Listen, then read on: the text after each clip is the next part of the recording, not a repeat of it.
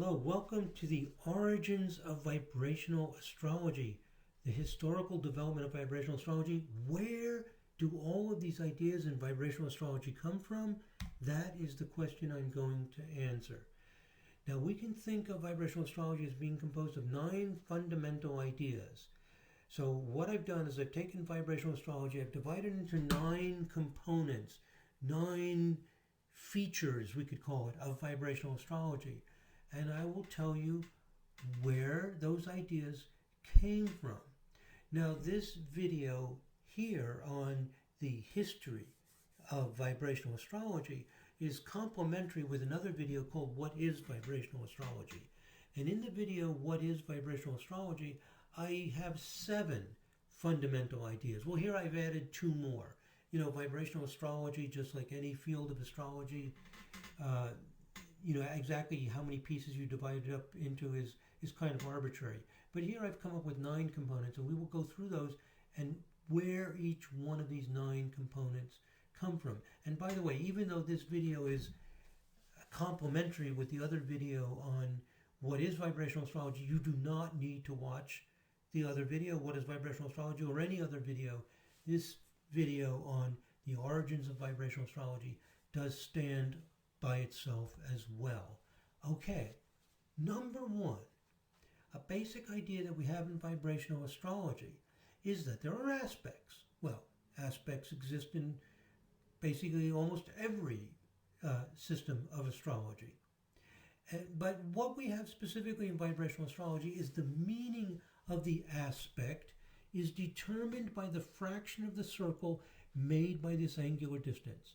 So here on the left we have the birth chart of Buddy Holly, who was born in 1936. He was one of the original rock and roll musicians who developed some of the original ideas in rock and roll music. He was born with a Sun-Neptune conjunction, you'll notice. And let's look at this. Let me start off with the Venus at 4 degrees Libra is 72 degrees from Jupiter. So Venus and Jupiter are separated by 72 degrees. 72 degrees happens to be 1/5 of a circle. And Uranus, down here at 9 Taurus, is 2/5 of a circle from Venus and 2/5 of a circle from Jupiter. 2/5 of a circle is 144 degrees. So in vibrational astrology, these angular distances, 72 degrees, 144 degrees, any fraction of a circle is important. And there are certain orbs. How close does it need to be exactly 72 degrees? We will get into that. But for now, before we get into the details of exactly what all the different possible aspects are, what the orbs are, what the meanings are, let's get the basic idea of what we're talking about, and let's learn a little bit about where the heck does this idea come from that if 2 planets are 72 degrees apart, that's 1/5 of a circle, and the meaning of that aspect between Venus and Jupiter is 1/5. And the denominator, the bottom part, the 5, is the most important. So Venus at 4 degrees Libra, Jupiter at 15 degrees Sagittarius. So here's Venus, here's Jupiter, and Uranus down here at 9 Taurus. They're all in 5ths of a circle to each other. We call it 5 vibration. Okay, and the 5 vibration gives a curiosity, an exploratory feeling. And the 1/5 and 2/5 aspects give Buddy Holly his gift for light, bouncy music. And the orbs here are less than 1 degree, which we'll find out makes the aspect strong. So this exploratory, non-linear, and often creative and fun relationship of Venus, Jupiter, and Uranus is the quality of Buddy Holly. So I would recommend to you, if you're not familiar with his music, go to Google and search for Buddy Holly, listen to some of his songs, and you'll hear this light, bouncy, happy music and the funny things he does with his voice. What we call the hiccups. What little things that you say and do. And he goes into this thin kind of voice. Make me want to be with you. Those hiccups. Rave on. And then he gets a little bit deeper. He's having a lot of fun, bouncy, light, This is the Venus, Jupiter, Uranus 5 vibration. So what we believe in vibrational astrology is that we see the person.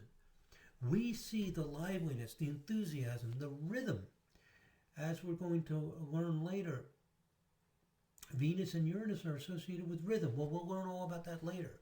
But what I want to focus on here is this idea that fractions of a circle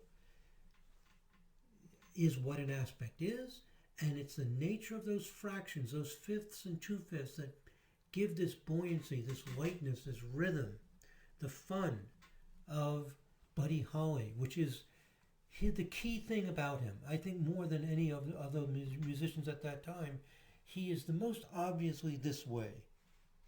It's just amazing, fascinating, and interesting. Now, where does the idea come from? Which is our focus for this video. Where the heck did it come from? Well, if you go back all the way to the 2nd century, Ptolemy and Valens, who were two of the astrologers who wrote books, and those books are still available, translated, maybe not perfectly translated or kept in perfect shape from how they were originally written, but pretty close.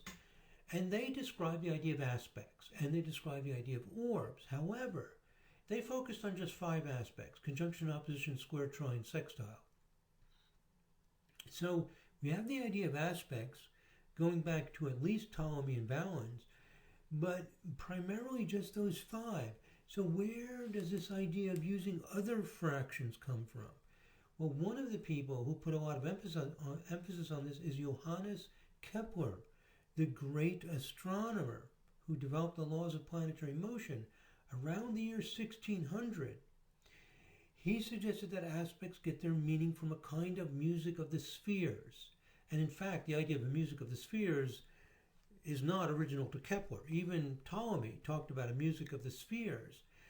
So the idea of a music of the spheres is very, very ancient, probably at least to Pythagoras around 500 BC.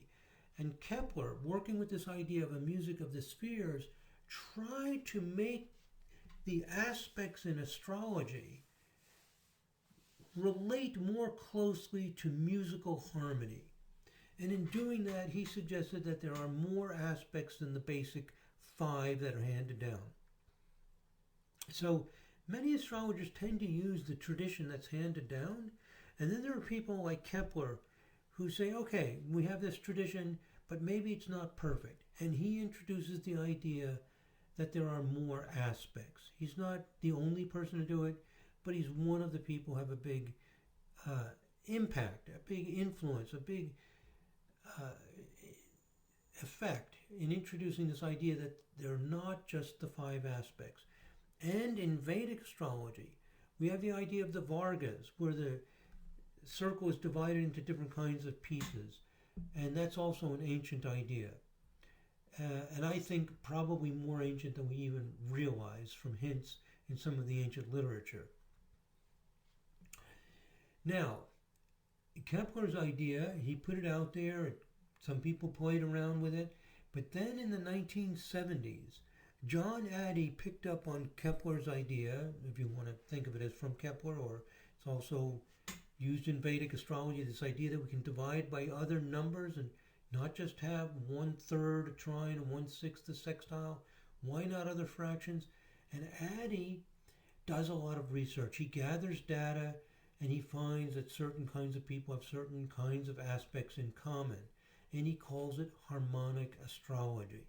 And now, with harmonic astrology, instead of having 5 aspects, we have hundreds and hundreds of aspects, which is a little bit daunting and intimidating to some people. But that's what Addy did. So that's some of the history. You know, 2 of the big people influencing this are Johannes Kepler and John Addy, this particular idea in vibrational astrology. Now, in the 1970s, I read John Addy's books, and I interviewed and counseled thousands of people between September 1972 and May 1981 in an attempt to determine if astrology works, and if it works, what the rules are. So I interviewed all these people, I set up their birth charts, and I just had to know, something in me was burning to know if astrology really works. And if it works, which system and which methods. And exactly what does it tell me? And from my interviews, I have found the impact of these so-called minor aspects, like these fifths of a circle, or sevenths, or ninths, or even 11ths and 13ths of a circle. To me, they just stood out. You know, their interviews, they're somewhat subjective, but I did thousands of these interviews. And I tried to make sense of the sun sign and the moon sign and the houses and the rulers and the Vedic ideas. And one of the things that just seemed to work much better than, frankly, almost any other idea anyway, were the minor aspects. And then, so that's the history of it.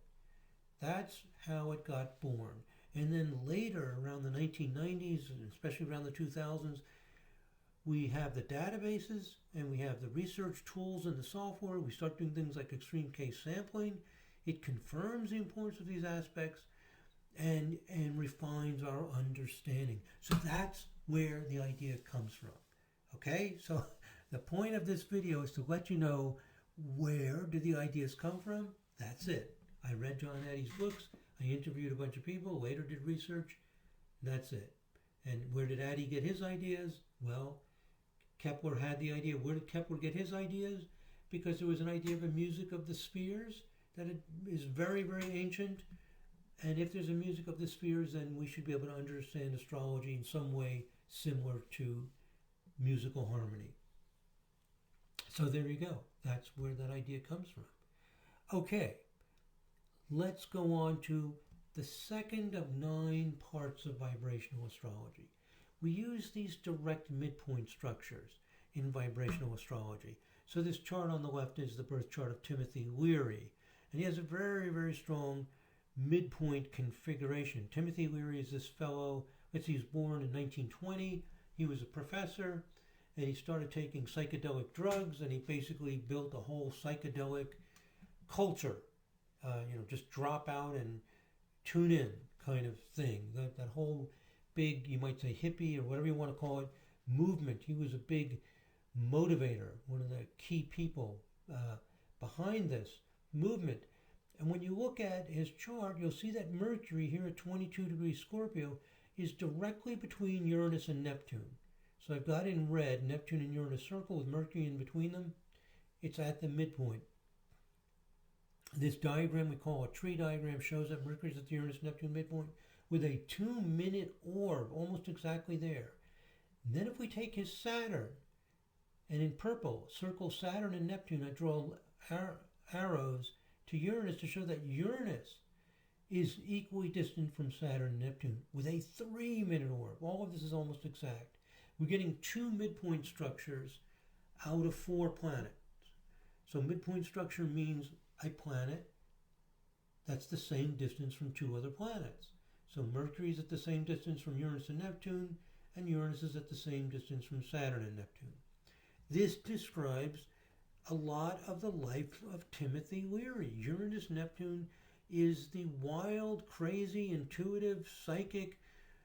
It can be delusional. It is the wild, crazy combination. Neptune by itself is not that psychic or delusional or out of this world. You combine Neptune with Uranus and you're really out there. Colliding, you could say, focusing, or a better word is resonating with this Mercury. And then Uranus at Saturn, Neptune, I won't go into, continue with the interpretation. I think you've got the idea. And what we're saying is that this is TimothyLeary. Just like that Venus-Jupiter-Uranus pattern is what we think of when we think of Buddy Holly. This is what we think of as TimothyLeary. So these midpoint structures and these aspect patterns, they really define what the person is like. And by the way, if we go back to Buddy Holly, notice that Uranus is at the midpoint of Venus and Jupiter. So this 5 vibration configuration of Venus, Jupiter, Uranus, it also happens to be symmetrical. And because it's symmetrical, it's extremely powerful. So one way to think of these midpoint configurations is that they are symmetry patterns. And they are very, very powerful. Now, where does the idea come from? Where does it come from? In Germany, around the mid-20th century, Alfred Witte led a group of astrologers, now known as the Hamburg School of Astrology, or more often called Uranian astrology. And Alfred Witte used these midpoints. And then Reinhold Eberton, who's a little bit younger than Witte, comes in and he uses a simplified version of the Uranian astrology developed by Witte. And Eberton calls this system cosmobiology. So it's a streamlined version of Uranian astrology. It leaves some ideas out, but it keeps, among other things, the importance of midpoints as extremely important. Eberton put more emphasis on midpoints than he did aspects. He thought that they were so critically, overwhelmingly powerful. Now, where did Eberton and Witte get their ideas? Eberton makes mention that midpoints were referred to occasionally, periodically, in some of the ancient literature. It appears in some of the Vedic literature. Some of the yogas talk about a planet in between two others. And there's mention in some of the ancient Western astrology of planets being between two other planets in declination. So this idea of planets being between two other planets is mentioned periodically, and somebody picks up on it as a key thing, not just for specialized situations, but as a fundamental interpretive technique. Now, how did I get the idea of midpoints? The same way I got the idea of looking at aspects as fractions of a circle by reading John Addy. I read Eberton's books in the 1970s. So in the 1970s, I was in a situation where I lived in a very simple situation, like in a cabin, and I didn't have to work, and I spent all my time researching astrology, interviewing people, trying to figure out what works. And I got really, really deeply into John Addy and Eberton. So that's where the idea comes from, and many hundreds, really thousands of other astrologers, also highly influenced by Eberton. You know, all of the bookstores, astrology bookstores, etc., had Eberton's books. They were popular. I got them, and he had all kinds of little tools, what's called a 90-degree dial, and graphic ephemeris, and all these other things. And I got access to a computer, and I programmed a lot of this stuff, which worked even faster and easier than using those tools. So that's how I got into it. That's where midpoints come from. Now, there may be some other history or some other lineages of information about anything I present to you here, but this is where I came into contact with these ideas and the history of it as far as I know. So it's the lineage that came into my world and became part of vibrational astrology. So as I interviewed thousands of people, and I was looking at these midpoint structures and these fifths and sevenths and ninths and 11ths and so on of a circle, and I'm asking people about their lives and interviewing them. I'm saying, do you paint? Do you play music? Are you a scientist? What are you doing? What are you excited about? Do you have this kind of problem? And I'm finding that these things are lining up. And really what was interesting to me is the people felt helped just by me asking. Because after a while, I would ask questions based on the aspects using the harmonic astrology approach and the midpoints based on the cosmobiology approach. And it was a relief for them just to hear it. It was amazing to me. I would just say, are you interested in this? Oh, yes, that's my passion. I was hoping you would ask about that. So it was very fascinating that these interviews became helpful to people, even though I started doing it not to help them, but just to, ask them for some time and energy so I could investigate the astrology. Now, we're at 20 minutes. I think I have time for one more idea. We'll have a series of videos on this, on where vibrational astrology comes from. Let's get to the third component of vibrational astrology, which is interesting. In vibrational astrology, we have this idea that each planet, each zodiac sign, each house performs a function. And this is a little bit different from the way we usually think about these things in modern Western astrology. So, let's think about Venus.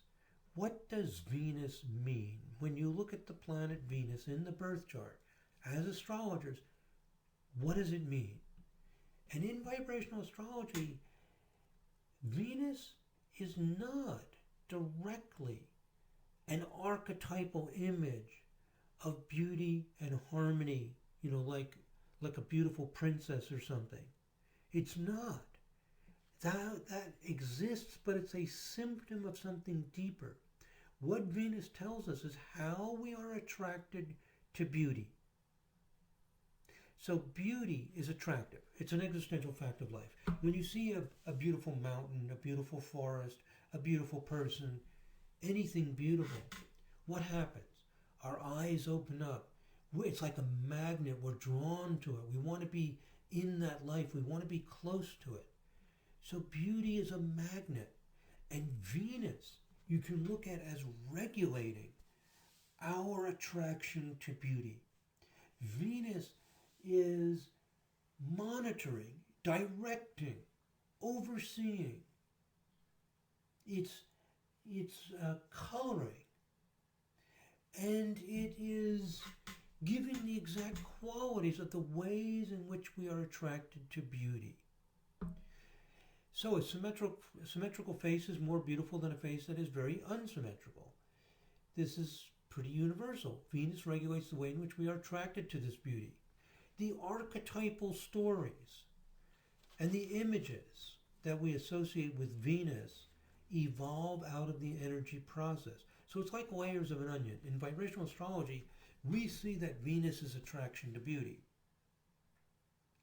And that attraction to beauty develops these archetypal stories in our minds. Now, this is not just semantic. Let me give an example.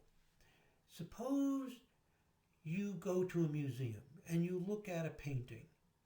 And you look at a painting by one painter and it's very beautiful. It's just, maybe it's a landscape and in a certain style, and it's just gorgeous and alluring, and people just look at it and it's breathtakingly beautiful. That's Venusian art. Is all art primarily Venusian? No. Let's say you look at another painting and the painting is made to make you think, to question. The painter may overlay different images or play with light or shapes and challenge you, or put images on top of each other or related to each other in curious ways to question, to motivate you. So some art is more primarily Venusian and some art is not. So the art that's more primarily just beautiful is more an expression of Venus, and Venus will be the key planet in the person's chart. What does Venus have to do with romance? Well, one part of romance is the attraction to the person, the allure of that person, that you want to be with them. You don't want to be away from them. They're like a magnet, so beautiful. You want to be in their aura. You want to get close. The attractive power of Venus. If you have a romantic relationship, but it has less of this attractive power, not so much emphasis, it's not as Venusian. Okay, so let me give another example of the effectiveness of thinking of planets as performing a function. Here's a case. I gave a pre-conference workshop in Australia. This was many years ago, 5 to 10 years ago, I don't remember. So it was several hours long. It was a pre-conference workshop, and it was a long one. I think it was 4 or 5 hours long. And there were a lot of attendees. Must have been 100 people attending. And one of the attendees raised his hand, and I was talking about the planet Uranus and what Uranus actually does. So we think of Uranus as invention, revolution, maybe electricity, maybe astrology. We have associations, images. But in vibrational astrology, Uranus performs a function, and that function gets expressed in different things. But when you stick to the function, you'll come up with other kinds of behaviors and you will get to the core issue. So it's much more effective. So here's an example. One of the attendees raises his hand, as I'm talking about Uranus, and he says he has 2 teenage children. And both children have Uranus conjunct the IC, and there's opposition to midheaven in their natal charts, and he also does. I asked him what the orb is, and he said less than 1 degree. I said, wow, less than 1 degree for all 3? He says, yes, we have recorded times for all 3 of us. It's less than 1 degree. And, you could hear people in the audience going, wow, oh my, I mean, it's extraordinary. What does it mean? Now, I think my answer is a bit surprising, but it also proved out to be extraordinarily accurate. I'll give you a moment to think about it. What do you think? Uranus on the 4th house cusp, on the IC, for the 2 teenage children and himself. What does it mean? I didn't ask him anything else except what the orb is. Okay? Have you got some ideas? If not, you can pause the video before we move on.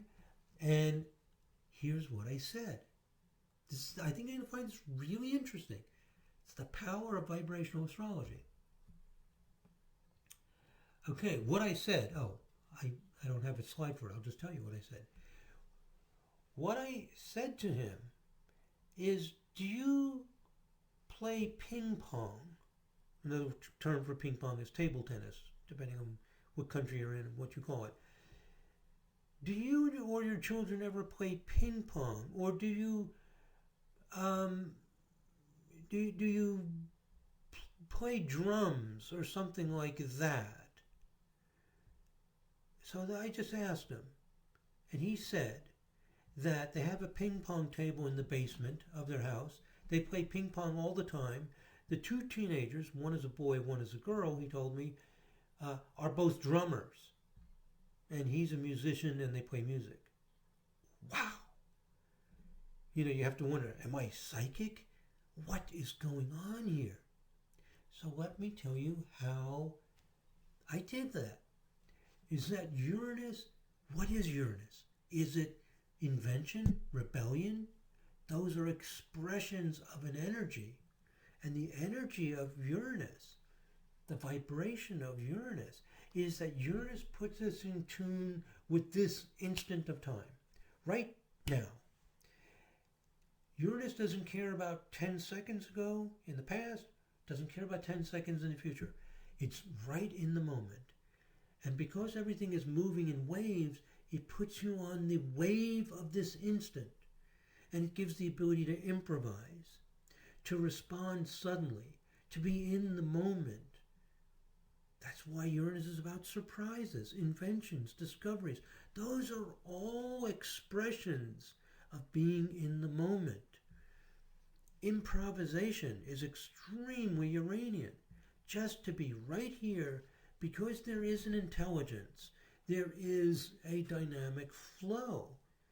And if you trust the current moment completely, it will take you where it wants to take you. And you can trust it.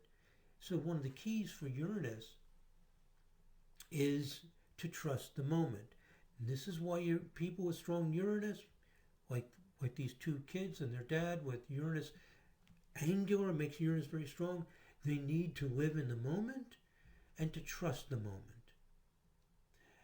And what do you do when you're in the moment? A lot of sports where you have to respond in the moment. Ping pong. Here comes the ball, you hit it back.